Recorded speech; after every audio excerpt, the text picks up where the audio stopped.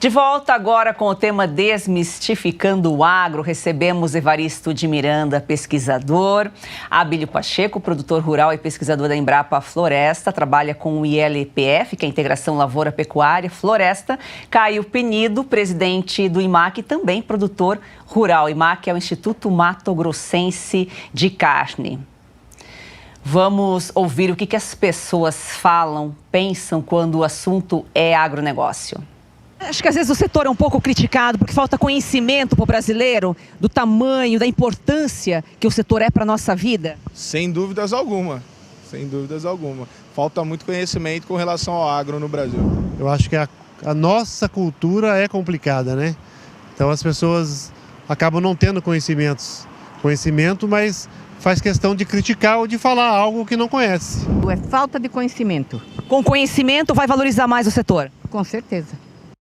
Evaristo, é isso mesmo, né? No agro, mitos sobre poluição, desmatamento, críticas infundadas, muitas vezes obscurecem a realidade. E são falas equivocadas sobre o setor que é totalmente comprometido com práticas sustentáveis e melhoria contínua. Exatamente, né? O agricultor brasileiro muitas vezes é apresentado como se ele fosse inimigo do meio ambiente, né? Um exemplo claro disso é o esforço que os agricultores fazem para preservar a vegetação nativa no Brasil. A gente sabia que os agricultores mantinham proteção nas nascentes, nos rios, nas florestas, mas com o advento do cadastro ambiental rural, tudo isso foi mapeado com 5 metros de detalhe. Então, 6 milhões de produtores colocaram nos mapas todas as áreas de preservação permanente e reserva legal. Para resumir, a Embrapa ajustou vários programas de computador e calculou, isso está disponível por estado, por município, quanto que os produtores rurais preservam de vegetação nativa. E o resultado foi 2,8 milhões de quilômetros quadrados. Quer dizer, os produtores preservam hoje, dedicam à vegetação nativa, uma área que corresponde a 33,2% do Brasil. Quer dizer, 1/3 do Brasil está preservado em terra privada pelo produtor rural. É uma terra privada, ele comprou, pagou. E a Embrapa também calculou quanto que vale esse patrimônio que ele colocou em prol do meio ambiente, pegando o preço da terra em cada lugar. Então, o patrimônio fundiário imobilizado pelo produtor em prol do meio ambiente representa mais de 3 trilhões de reais. 3 trilhões de reais. Eu pergunto para quem está nos ouvindo, assistindo, que categoria profissional no Brasil dedica do seu patrimônio pessoal, não é? 3 trilhões em prol do meio ambiente? Os juízes, os desembargadores, os militares, os médicos, não é? Os advogados do Brasil dedicam 3 trilhões do seu patrimônio privado em prol do meio ambiente. Só o produtor. Quer dizer, não tem ninguém no Brasil que dedique tanto tempo, tantos recursos, tanto trabalho em prol do meio ambiente quanto o agricultor brasileiro. E falou bem quem disse lá que as pessoas não conhecem. O ILPF tem um papel também nisso, ajuda nessa sustentabilidade. Em primeiro lugar, eu queria parabenizar a Revista Oeste por esse evento tão importante e agradecer pelo honroso convite. Eu não tenho dúvida nenhuma, sabe? Praticando esse sistema integrado ILPF há mais de 12 anos como produtor rural e como pesquisador da Embrapa, estudando esse sistema, e também você percebe que a Embrapa, ao longo do tempo, vem desenvolvendo vários trabalhos de pesquisa que evidencia esse aspecto da sustentabilidade desse sistema integrado de produção, que é o ILPF, que é nada mais do que você conseguir produzir mais por unidade diária, garantindo a sustentabilidade, garantindo a terra produtiva para gerações futuras. Isso a gente vê de maneira muito evidente. Quando você tem uma área integrada com as árvores presentes, o ambiente que se cria ali é muito favorável, sabe? Ele encaixa bem nas boas práticas agropecuárias. E também um ponto muito importante para o produtor é diversificar suas fontes de renda e também diversifica a fonte de renda por se tratar do sistema de produção diversificado. Isso é muito importante para o produtor rural. Caio Penido, você também tem formação em comunicação social e você sabe que a gente tem aí essa missão de desmistificar essas informações distorcidas, né? Como que a gente pode criar uma agenda positiva para levar realmente a verdade? Acho que a agenda positiva já existe, né? E eu acho que o agro se comunica relativamente bem.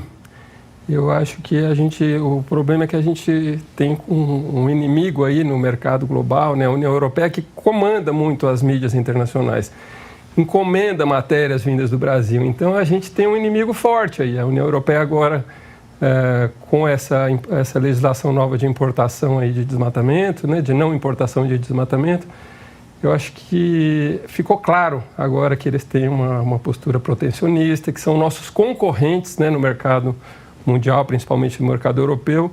Então agora as cartas estão ficando mais na mesa. Quem tiver olhos que veja, né? Acho que está ficando mais claro. O agro se comunica bem para dentro da sua bolha, se comunica muito mal para o consumidor urbano, porque a mídia que chega para esse consumidor urbano é dominada pelos nossos concorrentes, né? Então eles terminam tendo uma estratégia de difamar o Brasil, né? Um país que é sustentável aí por natureza, né? O destino do Brasil a gente tem o que ninguém tem, né? No novo paradigma aí global.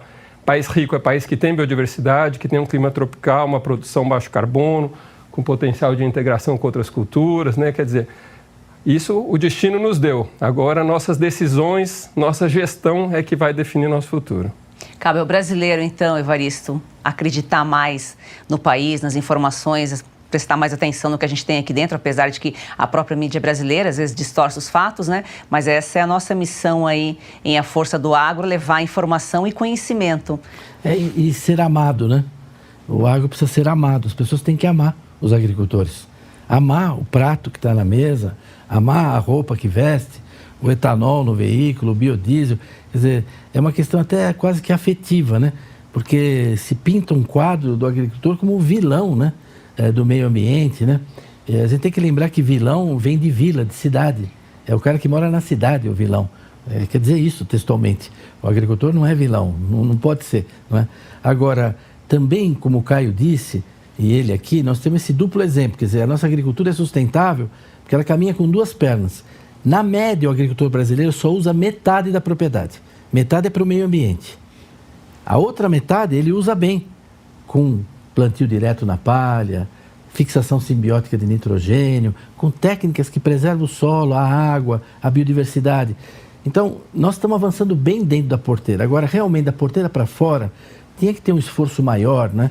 Inclusive do próprio governo do Brasil, para defender, promover esse agro. Não é possível que uma liderança da área de exportação vá na China e fale mal da agricultura brasileira, o representante de exportação do Brasil. Quer dizer, mal interpretar, tudo bem, mas você não pode, não tem como, né?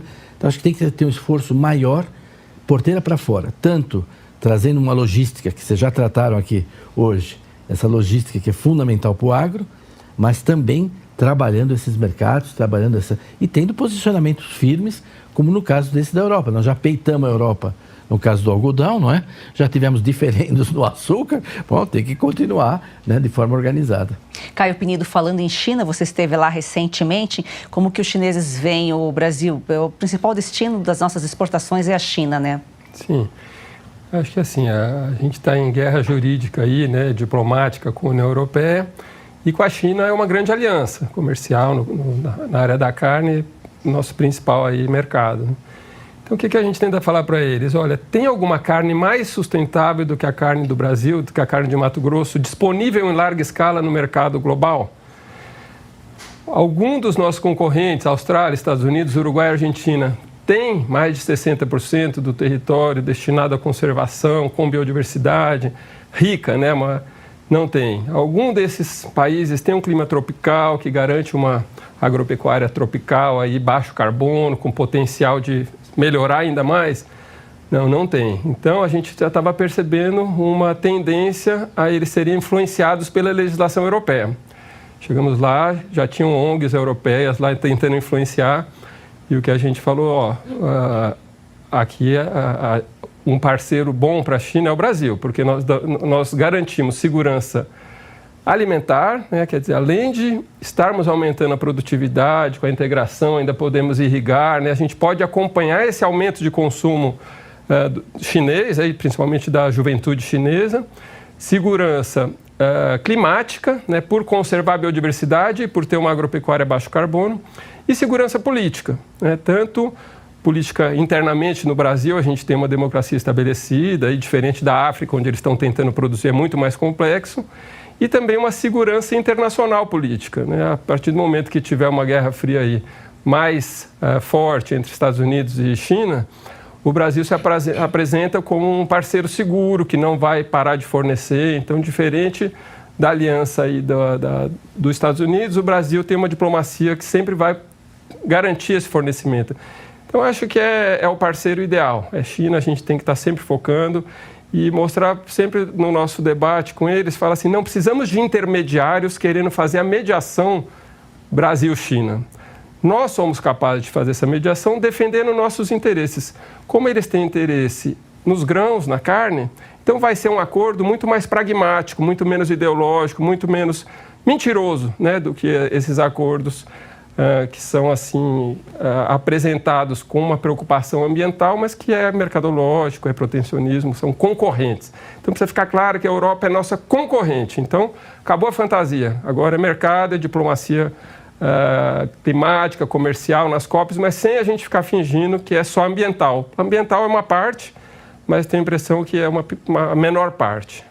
Abílio, preservando tanto, né, como o agricultor é um dos que mais preserva o meio ambiente, o ELPF é um dos meios aí para a gente produzir mais um território menor, aproveitar melhor a terra. Exatamente, Joyce. Se você observar, por exemplo, a experiência que nós temos como produtor lá, né? Quando nós iniciamos com esse sistema, a nossa produtividade da pecuária de corte, que é a atividade que eu exerço como produtor, estava por volta de 4 arrobas de boi por hectare ano.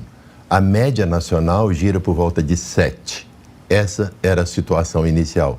Hoje, depois de 2 anos trabalhando com ILPF, nós conseguimos produzir na mesma área 18 arrobas de boi, mais 40 metros de madeira. Isso em termos de números. Hora que você olha para o aspecto da sustentabilidade ambiental, é muito mais forte, sabe? Os benefícios da presença da árvore no ambiente para os animais é muito positivo. E dos animais para as árvores. Eu costumo dizer que é um casamento que deu muito certo. Eu costumo dizer, inicialmente eu dizia assim, que eu não entendia por que o pecuarista de corte ou de leite não produzia leite e madeira ou carne e madeira em suas propriedades. Nós acabamos de comercializar uma área de 40 hectares de floresta, que já estava no ponto, lá na fazenda. E eu chegando lá recentemente, acostumado com aquela visão das árvores presente no pasto, vi a área totalmente descampada com os animais lá. Aí eu mudei o meu discurso. Do meu ponto de vista, se você é pecuarista de corte ou de leite, você é obrigado a plantar as árvores naquele ambiente, porque não compromete em nada a sua atividade anterior. Pra você ter uma ideia, antigamente como pecuarista, o pecuarista produz a carne ali.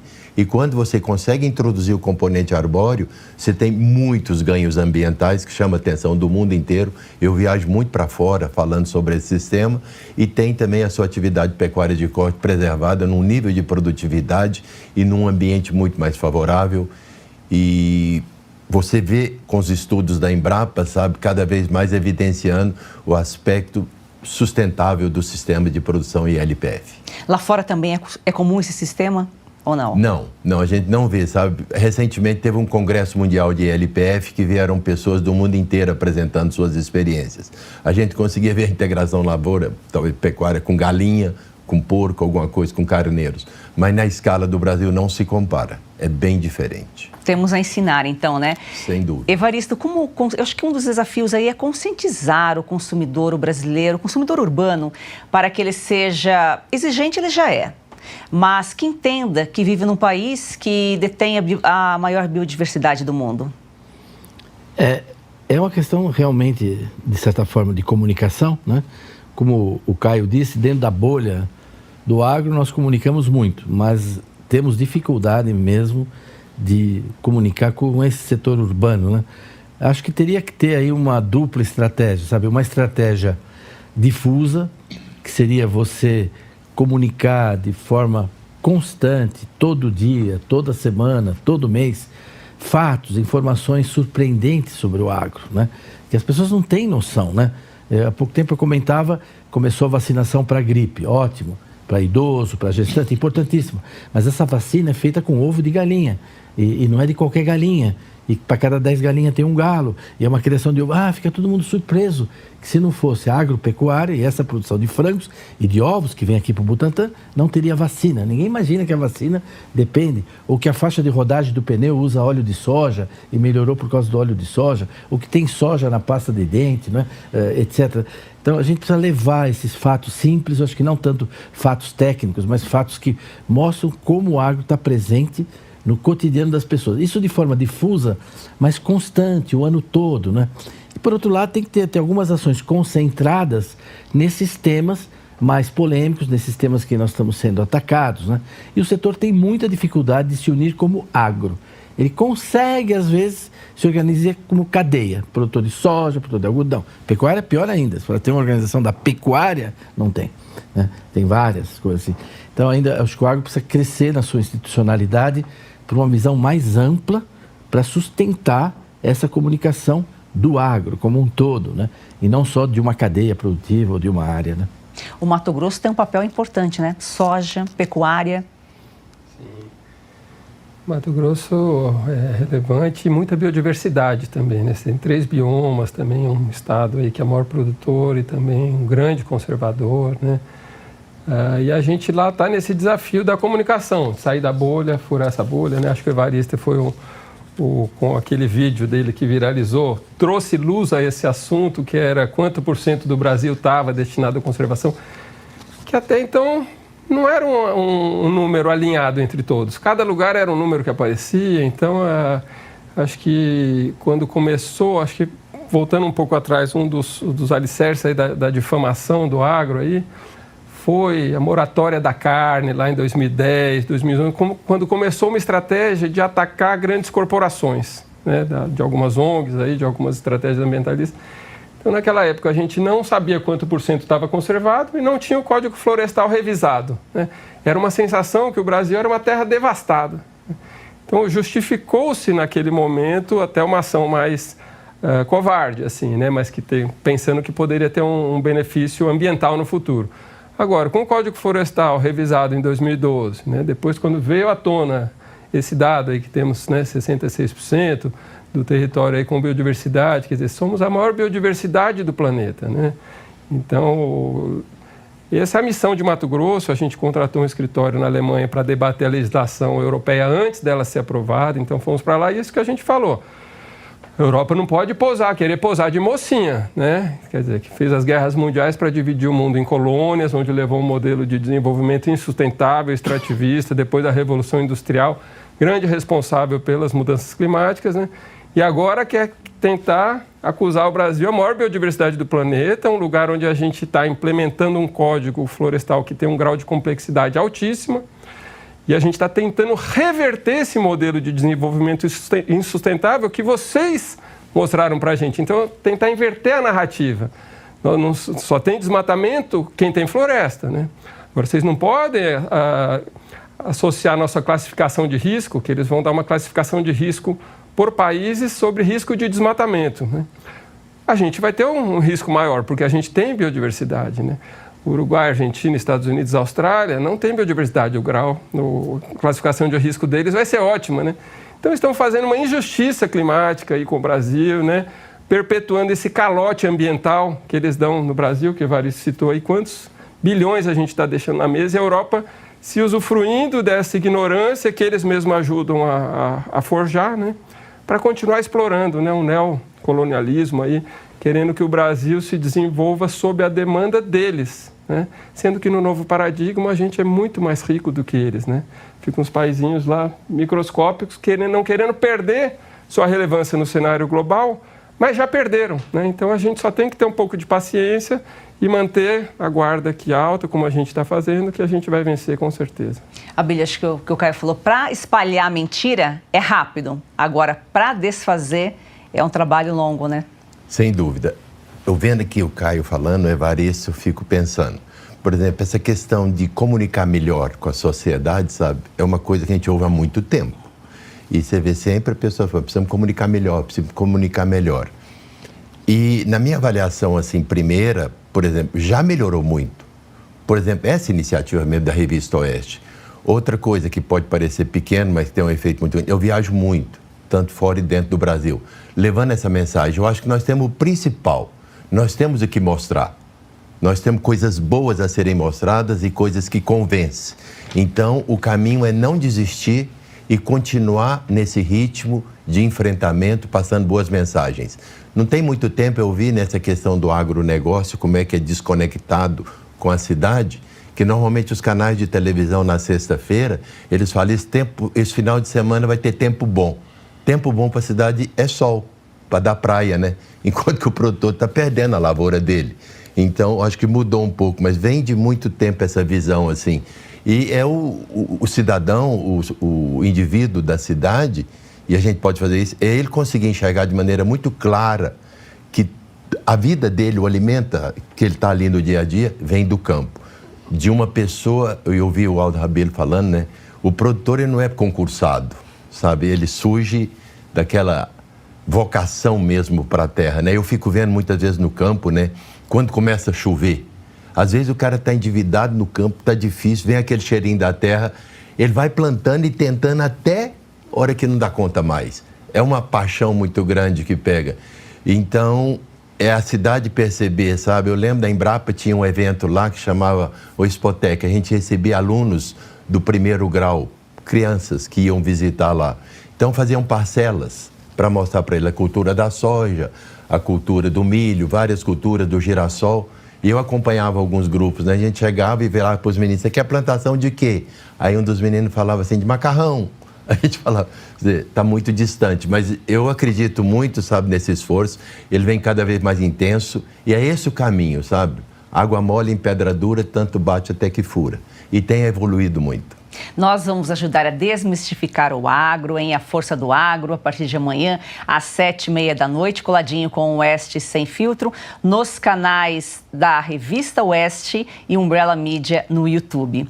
Pegando o gancho da educação, da escola, Evaristo, que o Abílio comentou, eu acho que a escola é a porta de entrada para levar conhecimento, porque às vezes são os filhos que levam para os pais, e não o contrário, né?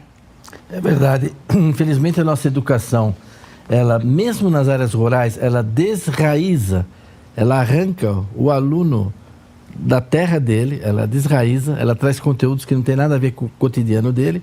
E pior, né, nós temos um material escolar muito agressivo, né, muito mentiroso, com uma visão do passado, de coisas que nem tudo, nem existiu sequer, mas eles propagam uma imagem do agro muito fora da realidade.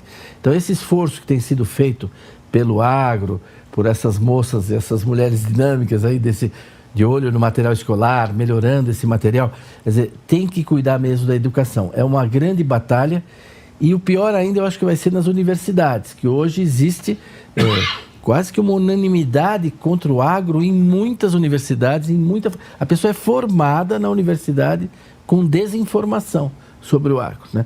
Então a força da informação é importante. Eu quando vou às vezes falar na universidade e vejo assim a atitude do público, eu costumo perguntar para eles qual que é a diferença entre pensar e refletir. Em escola, às vezes eu peço até, falo, olha, cada um escreva aí qual é a diferença entre pensar e refletir, eu vou escolher um para ele ler o que ele falou, né? E eu costumo dar uma definição minha. Eu acho que refletir é incomodar os pensamentos. Refletir, então as pessoas têm pensamento sobre o agro. Você não muda o pensamento desse pessoal da universidade, de professor, assim, da noite para o dia.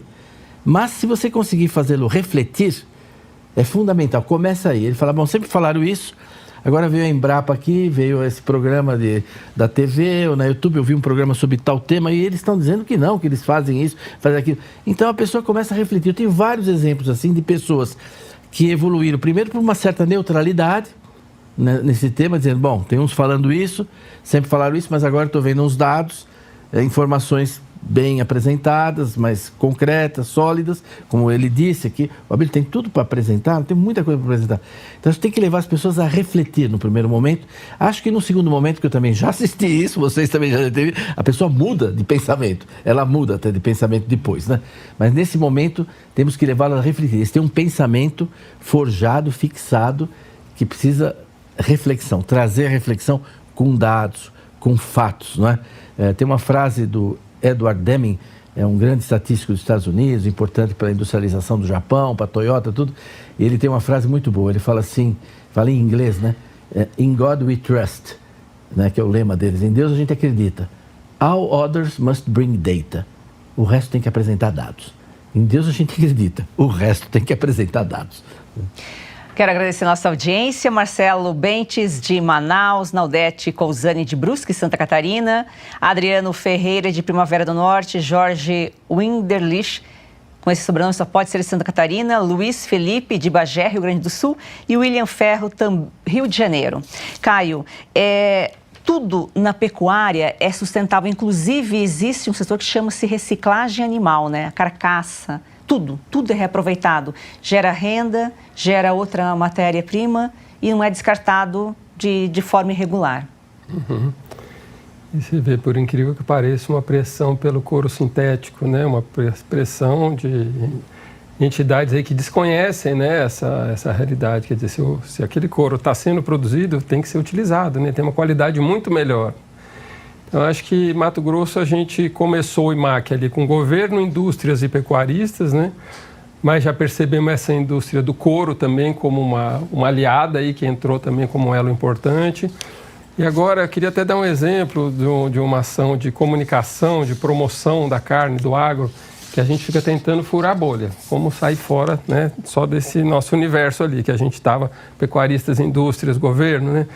Então a gente lançou um reality show, aí, um edital, do MT Steak. Então o Mato Grosso, né, o maior estado produtor de carne, biodiversidade, todos esses atributos de conservação, baixo carbono, rastreabilidade, né, nos abates, aí a gente já está bem à frente dos outros estados. Como a gente mostra isso tudo, né? A gente criou um programa que é o Passaporte Verde, mas para promover esse programa de protocolo de rastreabilidade e de sustentabilidade, a gente lançou o MT Steak. Então, que nem os Estados Unidos tem o New York Steak, o Brasil agora tem o MT Steak. Então, fizemos uma articulação com açougueiros, com churrasqueiros. Então, a gente trouxe para esse debate, que estava restrito ali à indústria, governo e pecuaristas, trouxemos essas pessoas que estão super ativas hoje nas redes sociais, né, influenciadores de gastronomia, de churrasco, e a gente fez um edital, fizemos 3 episódios aí que estão nas redes sociais aí do IMAC, vocês podem acompanhar. Os 3 episódios já estão no ar, tentando mostrar isso, quer dizer, temos sustentabilidade, temos, e ela vai num corte, né, num corte com algumas características de qualidade, conservação de biodiversidade, baixo carbono, estimulando a redução da idade de abate, estimulando intensificação de áreas degradadas, né? Rezando para Deus, que é apoiando a Secretaria do Meio Ambiente na implementação do CAR, mas remando para a praia, encontrando um apoio aí com o Ministério Público Federal de verificação privada, né, nos abates. Então, um sistema que a gente consegue ter mais controle e consegue avançar nessa entrega hoje, que é a rastreabilidade e a rastreabilidade do indireto, dos bezerros, que é um grande desafio que a gente quer trazer também para dentro do debate os pequenos produtores. A gente estava falando ali que é um elo importante que precisa vir para o game com um olhar mais acolhedor, né, para eles. E tantos pecuaristas, os produtores, as restrições vêm, mas a gente não pode deixar ninguém para trás. Pode excluir, né, nem o médio, nem o pequeno, nem o grande, tentar sempre incluir, fortalecendo muito mais esse Brasil agroambiental aí com todas essas potencialidades, essas características. Evaristo, acho que essa é uma boa ideia, né? Integrar as pessoas, comprometer as pessoas. E ter uma ideia do que é essa capilaridade do agro, né? Retomando ali onde ele estava comentando, você falou da reciclagem animal, né? Quer dizer, hoje nós abatemos por ano, por exemplo, de frango, 6 bilhões de frango, né? Então é um número, é uma população do planeta de frango. Você não perde uma pena, né? Toda a pena vai para a reciclagem, se transforma em proteína, você usa para produzir ração, né? Você não perde nada. Hoje tem o óleo de víscera de frango, precisa muita víscera de frango para produzir esse óleo, que é um óleo interessantíssimo, ele não pega fogo praticamente, você pode usar para lubrificar na indústria de petróleo, etc. Então, os bovinos é a mesma coisa, quer dizer, usa o couro, mas todas as vísceras são rapidamente transportadas para essa indústria de reciclagem, vai servir para alimentação, para produzir ração animal, não é? Mas a gente usa o sangue também, que vai... Nada é perdido hoje, né? As pestanas, os cílios do boi para fazer escova, quer dizer, tudo tem destino, né? Eu costumo dizer, a gente varia, tem período mais baixo na pecuária, mas se você pegar uma média aí, nós estamos abatendo por ano quase 40 milhões de bovinos por ano, né? Então, eles têm 4 patas no Brasil, boi, né? Então, isso é 160 milhões de cascos. Mas não vai um casco para o lixo. Tudo isso vai para a indústria de colágeno, para a indústria de vernizes, tudo, nada se perde. Então, esse exemplo da economia circular, quem mora na cidade, você não consegue ver um prédio que não vá um caminhão de lixo lá recolher. Vai ver se vai caminhão recolher lixo nas fazendas. Não, porque não tem lixo, não tem resíduo mais. Acabou essa época. Hoje tudo é reciclado, volta para o sistema. Então, quando a gente fala de economia circular, que é as coisas mais modernas, que a cidade está querendo implantar, a indústria está querendo implantar economia circular, o campo já faz isso, né? O campo já faz isso. Eu queria dizer uma palavrinha aqui, se for possível, sobre integração lavoura-pecuária, porque você ouve um discurso ambientalista às vezes, simplista, que fala assim, não precisa derrubar nenhuma árvore, porque as pastagens degradadas pode ser transformada em lavoura. Então nós vamos cultivar, em vez de ter pastagem, vai ter lavoura. Eles estão fazendo melhor, certo? Eles estão fazendo pastagem e lavoura. Nós estamos fazendo melhor. No mesmo lugar, tem pastagem, tem lavoura. Frequentemente o pessoal me pergunta assim, qual que é a área de pastagem do Brasil? Eu sempre respondo, no inverno ou no verão? Porque muda muito, não é? Muda muito. Porque hoje, no inverno, que o boi emagrecia, o boi sanfona, perdia peso, não, ele entra na área de lavoura, né? O produtor planta, por exemplo, quem está nos assistindo, ele planta primeiro a soja, lá na primavera. Ele colhe a soja lá no meio do verão e planta o milho, por exemplo. E junto com o milho, braquiária. Quando ele colhe o milho, essa braquiária cresce, no inverno agora, e ele põe o gado lá, não é? Então ele tem uma terceira colheita ainda de carne, né? Ou de leite. Então vira pasto aquilo lá. Então a área de pastagem cresce, né? E aqui na região sudeste, com a integração lavoura-pecuária, está um paradoxo, né? Porque tem boi ganhando peso no inverno, né? Onde tradicionalmente perdia. Então a nossa agricultura fez melhor.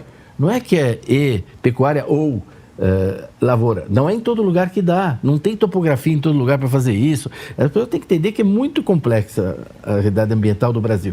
Mas assim, não para de avançar. Quer dizer, isso é imbatível. A Europa não consegue, entende? Não tem como. Eles não têm 12 meses de fotossíntese, eles não têm sol, temperatura como nós, quer dizer, isso aqui é cultura de ciclo longo, a pecuária, né? Você está fazendo fotossíntese quase o ano inteiro, a cana-de-açúcar ciclo longo, o dendê ciclo longo, a mandioca ciclo longo. Na Europa não, é aveia, trigo 90 dias, entendeu? Depois veio o inverno, o outono, acabou, né? Então nós vamos avançar muito ainda nisso e a cidade é que se beneficia disso, quer dizer, o número de produtos industriais, de empregos, quer dizer, não é só na montante da agricultura, como hoje no debate aqui se trouxe, né? Toda essa indústria que se desenvolve, o Celso Moretti até fez colocações sobre isso, mas na jusante, assim, hoje a capilaridade dessa agricultura é gigantesca, é gigantesca. Abílio, considerações finais? Bem, observando o Evaristo falando, né? Antigamente, por exemplo, hoje você tem que perceber assim, como é que evoluiu, né? O pecuarista ele tinha uma certa rejeição a mexer com lavoura e o lavoureiro de mexer com pecuária. Mas hoje já se percebe que você é obrigado a lidar com os dois, por causa dessa integração lavoura-pecuária, que nada mais é do que o lavoureiro, né, de soja, ele colhe a soja, coloca uma forrageira e depois lá na entre-safra, né, no período seco, ele engorda os bois nessa forrageira. E com a grande vantagem, essa combinação de leguminosa e gramínea, que é a forragem, cria um ambiente muito favorável para a soja que vai vir na próxima safra. Tanto é que esse sistema integrado lavoura-pecuária, ele está vastamente difundido no Brasil. Agora, a integração lavoura-pecuária-floresta, que é você produzir, além de tudo isso que falou, produzir mais a madeira, vem avançando de uma maneira muito forte. Em 2022, eu estive na Alemanha para receber um prêmio global que nós ganhamos. E aí, lá nós visitando a Alemanha, né, o que me chamava muita atenção nessas plantações de aveia e trigo, faixas de rosas plantadas no meio da lavoura, com o objetivo de trazer a abelha de volta. Então, está mostrando claramente a importância da diversidade, de diversificar. Então, o Brasil está caminhando com isso, foi um passo grande, a integração lavoura-pecuária. E o componente arbóreo, hoje, para o pecuarista, como eu falei, ele é quase que obrigatório. Não tem nenhuma razão para você não produzir carne em madeira ou leite em madeira em suas propriedades. Caio Penidio. Penido? Eu acho que por aí, né? A gente está com a faca e a carne na mão, né? O que é uma questão de tempo a gente manter, né, a régua alta no debate, na diplomacia climática. Eu acho que a gente tem aí para combater essa difamação, né? A gente já entendeu, né, que é uma estratégia, né, de difamar para depois captar recursos com nossos concorrentes para interferir em fóruns brasileiros, em instâncias brasileiras. Então já entendemos, vamos começar a fechar essas portas, né, de possibilidade que a gente termina abrindo a porta para atrapalhar em nosso desenvolvimento sustentável. Então acho que temos aí em Mato Grosso, a gente no próprio IMAC, a gente já tem um memorando para qualquer ONG que quer ser parceira do IMAC tem que se comprometer a respeitar a legislação brasileira. Então o produtor já entendeu, né, gente? Não vamos fazer parceria com ONG sem entender de onde está vindo o dinheiro dela. Faz a rastreabilidade das doações das ONGs. Tem muita ONG com corpo técnico, que está nessa mesma agenda positiva de implementar Código Florestal, intensificação sustentável, baixo carbono. Tem muita ONG que está na agenda positiva. Essas vêm. Mas quem não está, você faz um filtro, né? Mato Grosso está, agora o governador está levando essa agenda também mais a sério. E na parte de comunicação, né, se a mídia está um pouco dominada por essa agenda do norte global, a gente começar a ler também um pouco sobre China, um pouco sobre Índia, né, um pouco sobre Rússia, um pouco sobre o regional do Brasil, que ali é que você vai entender e vai conseguir fugir dessa mídia aí do Sudeste, que está de costas para o Centro-Oeste, está de costas para toda essa vocação agroambiental brasileira. Agradeço a participação de vocês. Então, às 19h30, a Força do Agro nos canais da Revista Oeste e Umbrella Mídia no YouTube. Nós voltamos depois do intervalo para falar sobre o potencial do agro. Não saia daí. Qual que você acha hoje o melhor texto do jornalismo brasileiro? Zé Roberto Guzzo. Zé Roberto Guzzo está no auge. É o melhor jornalista brasileiro porque ele escreve com aquela simplicidade enganosa, né? Parece fácil. Você lê o Guzzo, parece que é uma criança te contando um negócio tão didático, você entende tudo. Aí você vê por trás daquilo um jornalista que, se quisesse, escrevia de uma maneira mais empolada que os nossos escritores que eram sugeridos no grupo escolar, ali, Zé de Alencar, aqueles caras tão verbosos. Tal. O Guzzo sabe tudo de português, para escrever com simplicidade, que eu só vi na literatura. Um caso parecido com o do Guzzo, mas é literato. O José J. Veiga, parece que é fácil escrever, parece que ele está escrevendo uma história infantil. Eu só vi o José J. Veiga. Então o Guzzo analisa a realidade brasileira, que não é para amadores, para principiantes, com um didatismo inteligente, uma argúcia, que eu espero um dia ter, mas acho difícil. Não é bancar o Modesto, não. Eu digo isso para ele.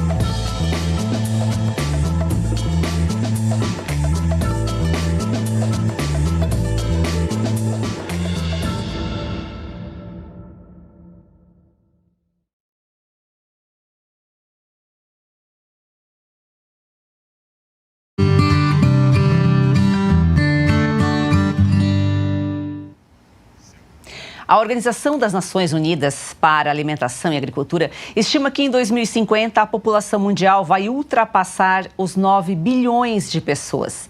Mais gente demanda mais alimentos. Neste cenário, a produção anual de cereais terá que crescer em quase 1 bilhão de toneladas. A demanda por carnes deve superar os 470 milhões de toneladas. Nossos convidados vão falar sobre isso, sobre os desafios do Brasil como protagonista. Recebemos aqui o Dr. Roberto Rodrigues, ex-ministro da Agricultura, e tantas outras formas de apresentá-lo, mas eu vou resumir em ex-ministro da Agricultura. Tudo bem? Prazer recebê-lo. Obrigado, Joyce. Paulo Junqueira, presidente do Sindicato Rural de Ribeirão Preto. Também tem outras denominações, mas eu encerro por aqui. Tudo bem, Paulo? Boa tarde, ótimo. Muito obrigado. Diego Gomes, CEO da 100% Livre Fazenda Orgânica. Boa tarde, um prazer estar aqui. Maurício Tonhá, presidente da Estância Bahia Leilões. Uma alegria estar aqui e poder contribuir com o debate. E é isso, vamos só ouvir o que as pessoas falam quando a gente questiona aí na rua sobre o agronegócio. O Brasil tem uma riqueza inigualável, principalmente na questão do solo, né, da agricultura. Eu sou do Nordeste e posso te falar com causa, mexo com terra e acho que isso é um negócio tão importante para nossas vidas, em todos os setores. O conhecimento é fundamental, primeiro de tudo, sim, informação. Nós temos mais um participante, mas vai participar via vídeo, deixou a mensagem para nós aqui, que é o doutor Agro, Marco Fava Neves. Roda aí a mensagem dele.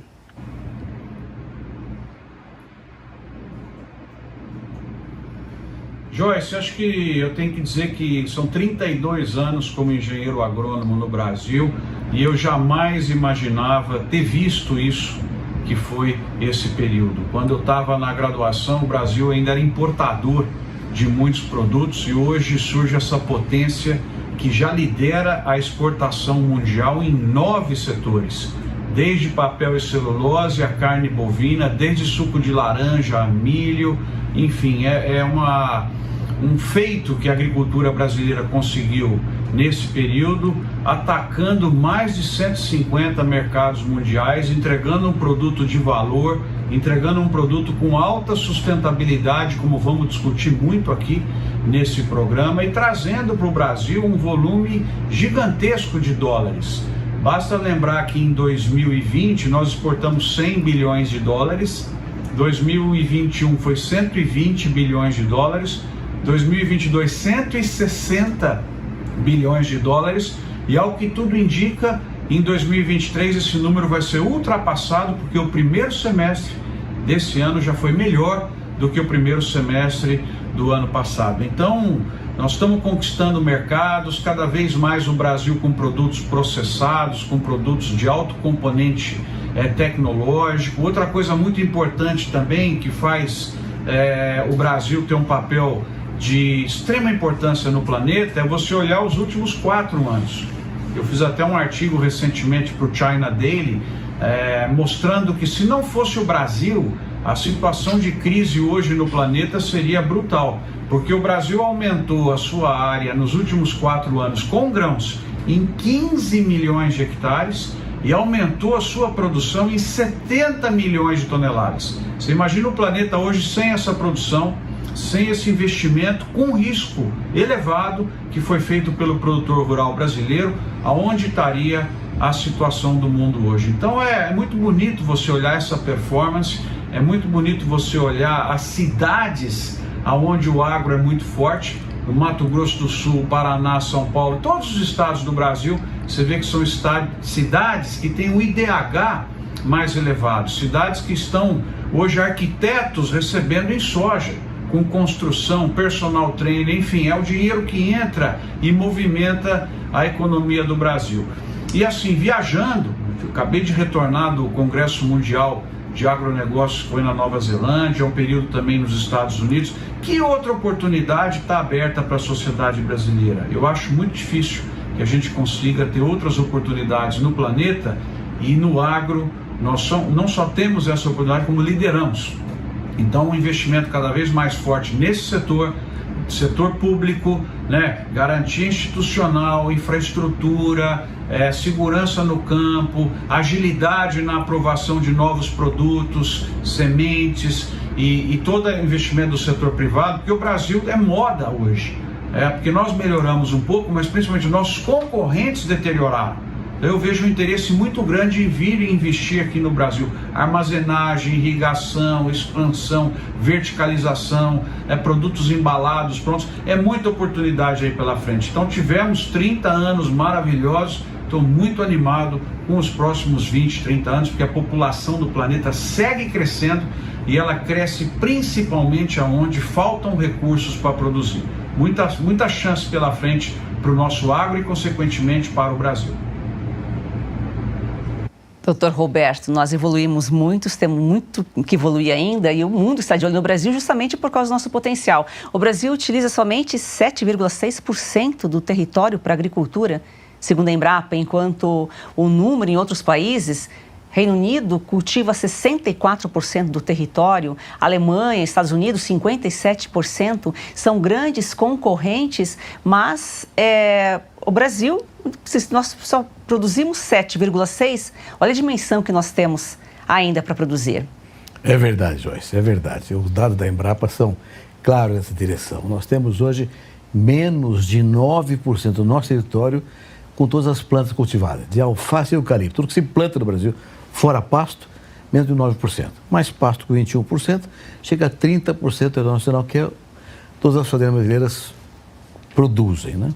Agora, a verdade é que o cenário global indica que é no setor tropical, da faixa tropical do planeta, pegar América Latina, toda a África subsaariana e parte da Ásia, é onde vai crescer a agricultura. Por quê? Porque ele tem terra para aumentar horizontalmente e tecnologia para crescer verticalmente. Esse setor tropical, quem domina a tecnologia e os processos é o Brasil. Então o Brasil está numa condição hoje fantástica, não só de ser exportador de comida, alimentar o mundo, que é fundamental, mas mais do que isso, ensinar o mundo tropical a produzir, a agregar valor, com legislações adequadas, vender para eles tecnologia, equipamentos, indústria. Então o Brasil tem uma condição de liderar esse grande processo, muito mais do que dando peixe, mas ensinando o mundo a pescar. Paulo Junqueira, o Brasil é o maior produtor de cana-de-açúcar, você atua nessa área. Já desenvolvemos muito tecnologicamente, o que dá para esperar ainda nesse setor? Tem mais tecnologia para vir por aí? Com certeza. Boa tarde, é um prazer estar aqui no programa com vocês, no meio dessas feras que participaram até agora. O país, nesta safra 23-24, vai estar produzindo acima de 650 milhões de toneladas de cana-de-açúcar. Deve chegar a 656, essa é a previsão da Conab. Então, há muita tecnologia embarcada hoje na produção de cana-de-açúcar. Além, sem dúvida alguma, do açúcar e do etanol, nós temos que falar da energia, porque todo o bagaço é moído e transformado em energia. Acredito que sejam também o maior produtor de adubo orgânico, com a vinhaça, com a torta de filtro. Então, o estado de São Paulo produz praticamente metade dessa produção. Temos muito a avançar. Eu queria rapidamente falar em relação a esses 8%, 9% da produção de alimentos, que vão, como muito bem falou o Dr. Roberto, da alface ao eucalipto, né? Exceptuando a proteína animal. Então a gente tem aproximadamente 9% com 11% de pastagem. Se a gente pegar um prédio de 100 andares, nós estamos falando de 20 andares apenas produzindo, não só para esses 100 andares que seriam os 200 milhões de habitantes. Nós estaríamos produzindo para 600 apartamentos, porque são 6 vezes mais de 1 bilhão de pessoas é o que a gente produz hoje. Então, há sim capacidade e condições da gente aumentar a nossa área apenas nesses 9% que são destinados para a agricultura e nos 11% de pastagem. Fazendo vertical, vem bem aí, né? Ocupar menos espaço e produzir mais. Pois é, exatamente essa é a ideia e cada vez mais dentro desse conceito de exportar tecnologia, de mostrar o Brasil como referência, é isso que a gente vem aproveitando. Então, desde quando a gente começou esse processo de estudo do que é possível trabalhar na fazenda vertical, então a gente começou com alface, a gente foi para temperos, a gente foi para tomate, a gente foi para morango, nós chegamos a fazer trigo agora, então a gente está indo para a quarta produção de trigo dentro de um ambiente controlado. Então essa é a ideia, como é que a gente pode usar esse conhecimento brasileiro, usar essa experiência brasileira para poder produzir aqui o que falta, o pouco que falta, o que a gente ainda não é 100% produtor e o que a gente pode também levar para fora. Então essa é a ideia, levar para cada vez mais próximo dos brasileiros também a produção, que é um conceito que é possível dentro da fazenda vertical. O Caio Penido já falou aqui no bloco anterior um pouco sobre o tamanho do Mato Grosso, né? O Mato Grosso, ele representa uma Argentina inteira praticamente na produção, na agricultura, né, Tonhá? O Mato Grosso, eu acho que é proporcionalmente, podemos falar do Brasil e do Mato Grosso, falando do Brasil em relação ao mundo e o Mato Grosso em relação ao Brasil. É um potencial extraordinário. As pessoas falam, mas já é muito grande. Eu falei, não é muito grande. O potencial é tão grande que pode ainda dobrar a 100 milhões de toneladas que o Mato Grosso produz. Quando nós olhamos o Brasil, o nosso ministro Roberto Rodrigues, há aproximadamente 20 anos, falava de 100 e poucas milhões de toneladas. Eu me lembro, Roberto Rodrigues, quando o Íris Rezende, ministro da Agricultura, fez uma grande estardalhaço falando de 80 milhões de toneladas. E eu já militava na época, mais de 40 anos aqui no nosso amado no Mato Grosso. Nós nunca poderíamos imaginar o tamanho da transformação, fruto da competência do homem do campo, do homem de botina que fez o Brasil o que é. Nós, ao longo desses anos, falávamos há pouco com o meu amigo Paulo Junqueira, nós enfrentamos todas as diversidades possíveis, da climática, das intempéries, das dificuldades de mão de obra, de equipamentos, custo de produção, governos que sempre nos acompanham, das falácias, né, que existem ao longo do mundo, todos falaram. Mesmo assim, como um surdo que vai subindo e não sabe para onde vai, nós estamos realmente galgando extraordinárias produtividades, produção com dedicação, competência, com capacidade e principalmente fazendo a agricultura de altíssima responsabilidade social, a inclusão e a condição que nós damos para que nós tenhamos no Brasil o alimento mais barato do mundo, fruto da capacidade e da dedicação do produtor rural brasileiro. E é lógico que Deus nos deu o melhor lugar do mundo e no Brasil o melhor estado é o Mato Grosso pela sua capacidade, pela sua dimensão. Não obstante, temos uma dificuldade de logística extraordinária que vem sendo compensado. Nós não podemos trafegar em estradas asfaltadas ainda por questões que não cabe aqui nós discutirmos. Nos faltam ferrovias, nos faltam rodovias, nos faltam hidrovias, nos faltam armazém, nos faltam portos.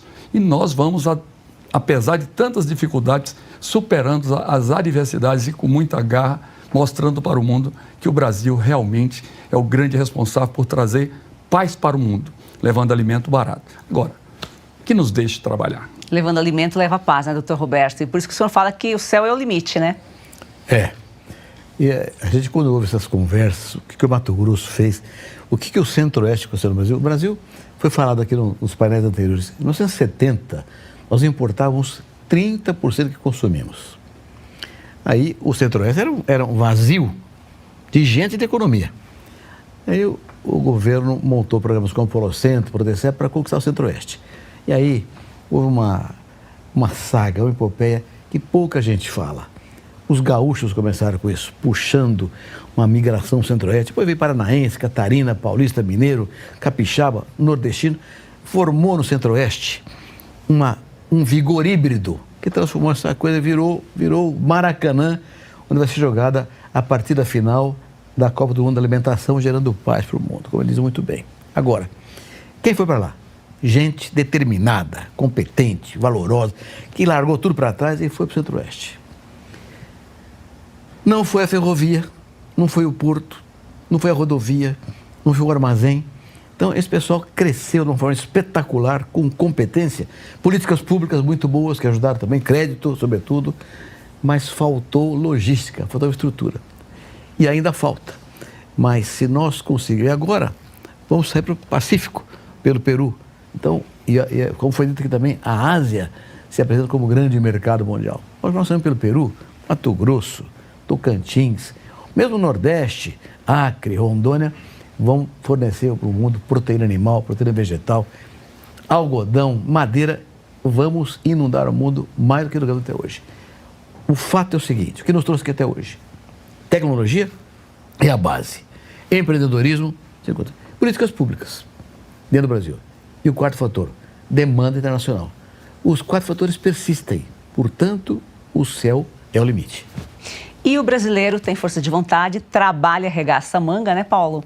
E com certeza vai ocupar esse lugar aí, vai atender essa demanda que o mundo pede. Isso não vem de hoje. Eu quero render uma homenagem aqui aos meus familiares, né? Ao meu pai, há 60 anos, foi para o Paraná, 1964. Estamos lá até hoje, no sul do Paraná.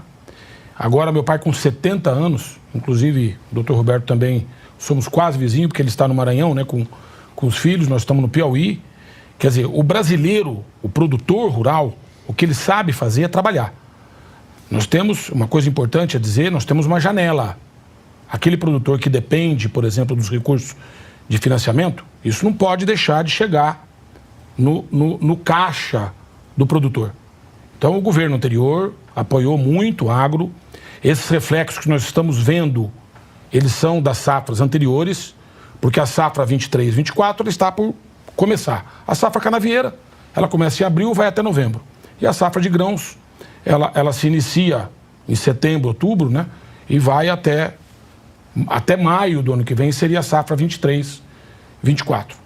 Estamos aí para continuar trabalhando, é o que nós sabemos fazer. Novamente eu digo, o produtor, o material humano do produtor rural do país, eu acho que é o que a gente tem de mais valioso. Nós somos a mola propulsora, a locomotiva desse país. Se nos deixarem trabalhar, não nos atrapalharem, sem dúvida alguma, a gente vai suprir a necessidade mundial de alimentos. O nosso verde e amarelo, eu costumo dizer, né, que o verde da nossa bandeira, sem dúvida, são as nossas matas, a Amazônia, que é nossa, que é brasileira, e vou dizer que o amarelo é o amarelo da soja, né, que hoje é o carro-chefe de exportação do nosso país. E o milho, hein, Paulo? O milho, amarelo perfeito, também. Perfeitamente. Só perdemos para os Estados Unidos em produção, mas devemos ser também o primeiro ou o segundo exportador. Está caminhando para isso, né? Maravilha. E o Diego, com visão de futuro, entrou aí no meio. Você é novo no agro, né? Pois é, eu fui por uma experiência pessoal, não era produtor, não sou agrônomo, fui, na verdade, nessa busca de conhecimento, eu vi esse modelo de produção em ambiente controlado, que quando você fala isso dentro do Brasil, parece uma loucura, né? Porque tem essa potência de produção, o Brasil inteiro produzindo, exportando para o mundo, e aí o que a gente viu que tem essa oportunidade sim, tem uma... Então, por exemplo, no caso do trigo, então a gente consegue fazer de 3 a 4 safras por ano dentro de um ambiente controlado. Óbvio que tem seus desenvolvimentos, óbvio que ainda é mais caro, mas você tem uma série há 20, 30 anos atrás, quando eles começaram a desmatar, esse mato também era um mato muito alto para chegar onde chegou hoje. Então esse foi o processo que a gente começou, esse é o que a gente acredita e a gente vem trabalhando o que mais é possível fazer dentro desse ambiente controlado. Então eu sou produtor há 4 anos, venho aprendendo dia a dia, venho rodando produções tradicionais também para aprender, venho rodando muito dentro da Embrapa, então hoje a gente tem relação bastante com a Embrapa Sul, com a Embrapa Hortaliças em Brasília, com a própria questão da Embrapa Trigo. Então, a gente vem buscando esses aprendizados para que a gente possa evoluir e acelerar cada vez mais esse cultivo dentro do ambiente controlado.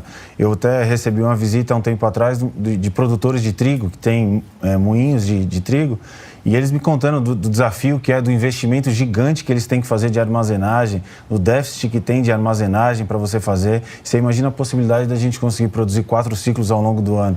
Quanto que isso a gente pode reduzir dentro de um ciclo de armazenagem? Quanto custa isso de armazenagem? Então tem uma série de benefícios aí que a gente está vindo para somar agora os novos produtores aí também. Tonha, você conhece bem a pecuária e você é um dos maiores leiloeiros, né, do Brasil, do mundo. E o leilão também ajuda a estimular a venda, ajuda a estimular a produção. Quando a gente gosta do que faz e faz com amor e dedicação, a gente ajuda as pessoas. Primeiro, inspirando. Eu, particularmente, me sinto muito bem e grato a Deus por ter me dado essa oportunidade de fazer o que eu faço. Eu venho da roça, sou um nordestino, sou um baiano que nasci na roça E Bahia é roça difícil mesmo, de capinar, cortar de machado, etc. Então, fui criado nesse ambiente. E Deus me trouxe para o Mato Grosso. Um ambiente extraordinário. E lá, Paulinho, nós somos amigos de mais de 30 anos, tantos outros que lá foram.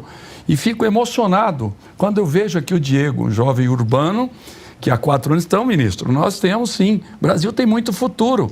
Essa meninada da cidade que vão vir, Diego, e você tem um trabalho extraordinário, quando vejo o Aldo Ribeiro com toda a sua história de vida, o Cabreira, o mais jovem ministro da Agricultura da história deste país, e eu particularmente me inspiro muito nessas histórias, e como leiloeiro eu tenho a obrigação de fazer com que nós tenhamos os bons exemplos sendo aplicados e contados e principalmente divulgados para o Brasil.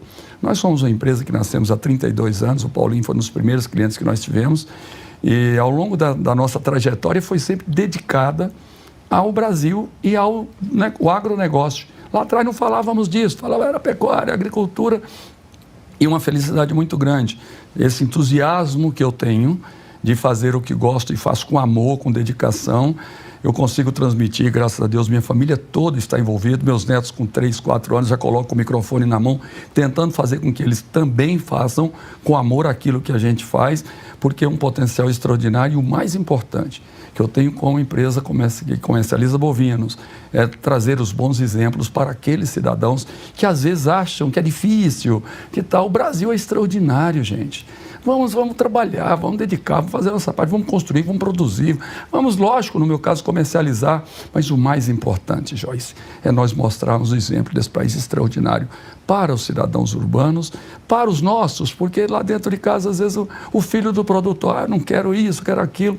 Então, o Brasil é extraordinário, o agro é extraordinário e o mundo precisa de nós. O mais importante é isso, o mundo precisa de todos, e principalmente da comunicação e da força do agro aqui na Oeste. Doutor Roberto, para atender essa demanda aí também a gente precisa de profissionais especializados, né?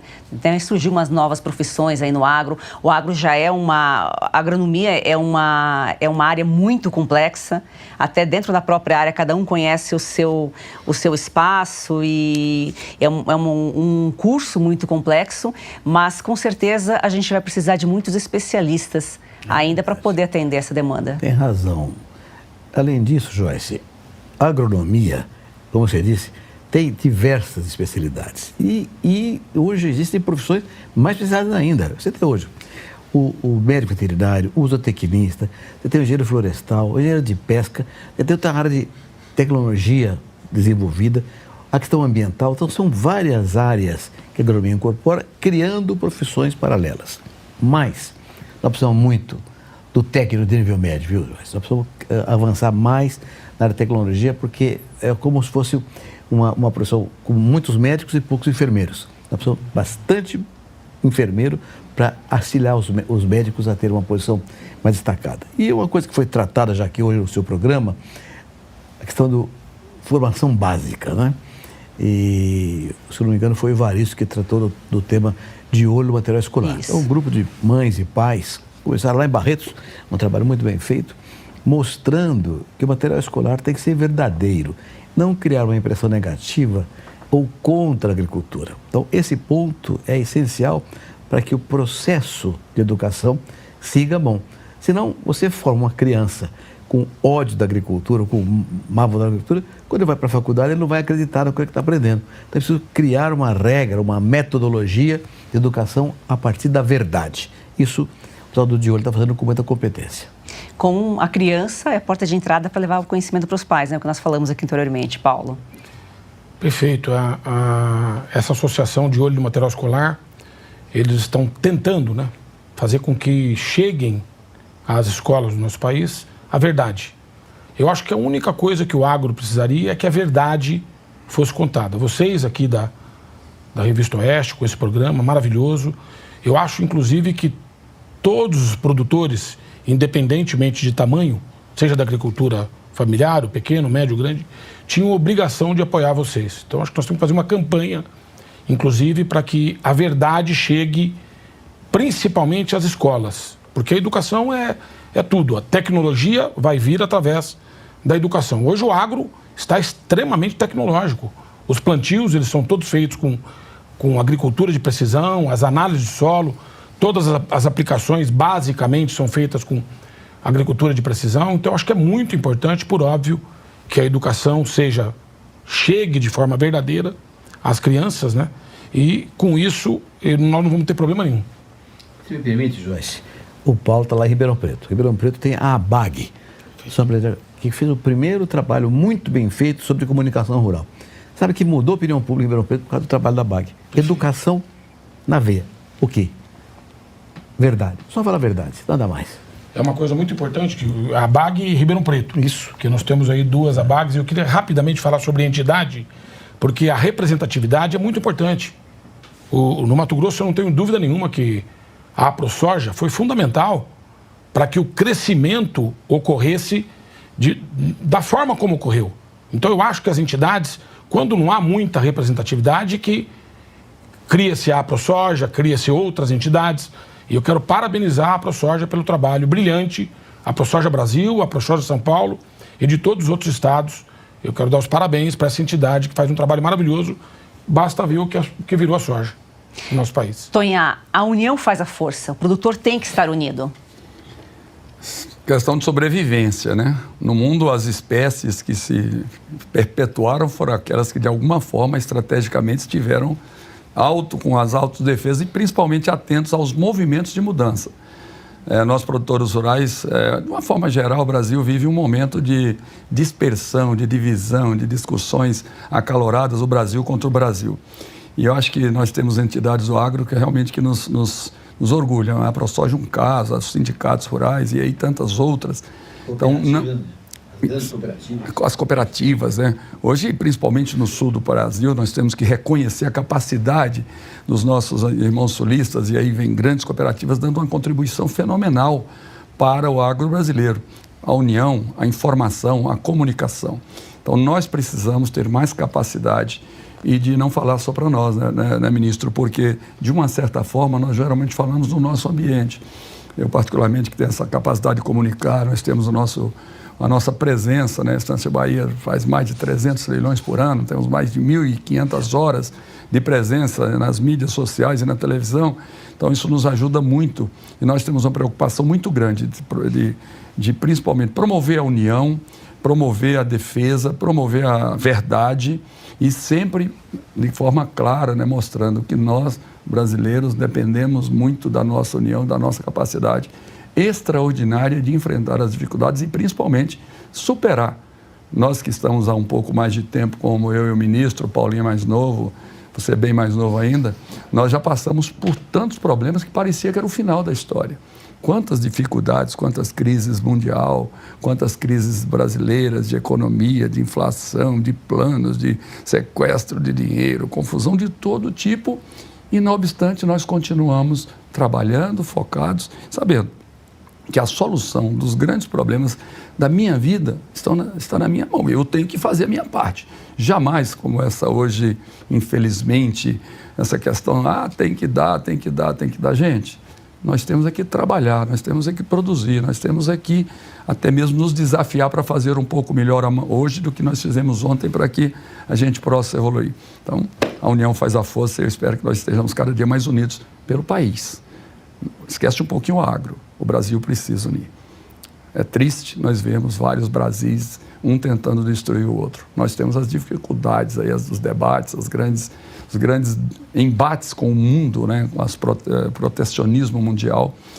Infelizmente, nós precisamos rever esses posicionamentos de grupos de políticos, grupos ideológicos, né? E aí o produtor rural é um exemplo com extraordinários exemplos de união, realmente dando a contribuição para esse Brasil do bem. Doutor Roberto, o senhor fala muito sobre cooperativismo, né? Tem uma boa representatividade no setor. O cooperativismo no mundo hoje tem um papel fundamental. Jorge, o que acontece é o seguinte, com a economia globalizada, a margem por unidade de produto foi diminuindo. De modo que a renda na agricultura, a cooperatividade se dá na escala. Ora, o pequeno produtor, por definição, não tem escala. É pequeno, não vai ter escala nunca. Ele consegue fazer a escala dele na cooperativa. Então, o cooperativismo hoje é um instrumento indispensável para integrar o pequeno produtor no mercado e permitir a ele avançar profissionalmente também, com escala e agregação de valor. Fundamental. Paulo Junqueira, considerações? Eu quero agradecer, Joyce, uma coisa simplesmente fantástica, estar, por exemplo, com ex-ministro da Agricultura, ex-ministro da Defesa, foi ministro do Esporte, o deputado federal Aldo Rebelo. Eu acho que o agro deve muito a ele.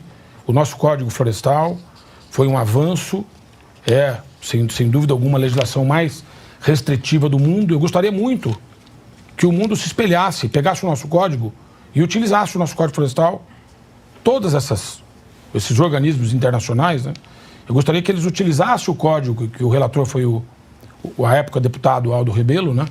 E também usasse a mesma legislação nossa. Então é agradecimento, Jorge, estar aqui com o Dr. Roberto, com o Dr. Antônio, com muita ciência e tecnologia, os integrantes da Embrapa, com os produtores um pouco mais jovens, com grandes amigos, que eu carinhosamente chamo de Mauricião, porque era Mauricião, agora não é mais, agora é Paulão, né, Mauricião? Mas é isso, agradecimento, Joyce, e uma torcida muito grande por vocês, né, para que isso aqui realmente dê certo, um programa maravilhoso, muito obrigado pelo convite e pela participação. Diego Gomes. Obrigado pela oportunidade de poder contar um pouco, começar a entrar cada vez mais nesse ecossistema e agradecer de novo a oportunidade de estar aqui, tendo mais conhecimento, e parabéns pelo programa. Maurício Tonhar. Alegria encontrar um jovem como o Diego, e para você que nos acompanha, pode ser jovem de 20 e poucos anos como o Diego, ou jovem como o nosso ministro Roberto Rodrigues. O Brasil está nas nossas mãos. Como produtor rural, como profissional, o agro cabe todo tipo de profissional. Este Brasil do bem precisa de fisioterapeuta, precisa de médico, precisa de enfermeiro, precisa de transportador, de motorista, de mecânico, de tecnólogos, precisa de gente entusiasmada e que queira melhorar a vida. Melhorando a tua vida, você vai melhorar a vida dos seus. E nós faremos o Brasil do bem, é o que eu espero. Obrigado, Oeste. Doutor Roberto Rodrigues. E o agro é paz. Por quê? Não há paz onde houver fome. Nós vamos alimentar o mundo, nós vamos ser o campeão mundial da paz. Esse é o desafio das nossas gerações. Aqui 3 gerações que se apresentam juntos com você, Joyce. A força do agro é a paz. É isso aí, eu agradeço a participação de vocês, agradeço a nossa audiência. Os fazendeiros brasileiros estão ocupados na lavoura, cuidando dos animais, nas granjas e pastagens, estão trabalhando para garantir o alimento na nossa mesa. São milhões de agricultores que movimentam a economia, geram riquezas e empregos. Por isso, com o programa diário A Força do Agro, queremos fazer desse campeão brasileiro uma paixão nacional. Acesse o link aqui na descrição para se inscrever no nosso novo canal Umbrella Mídia e a gente se vê amanhã às 7h30 da noite, depois do Oeste Sem Filtro, no Umbrella Mídia. Até lá!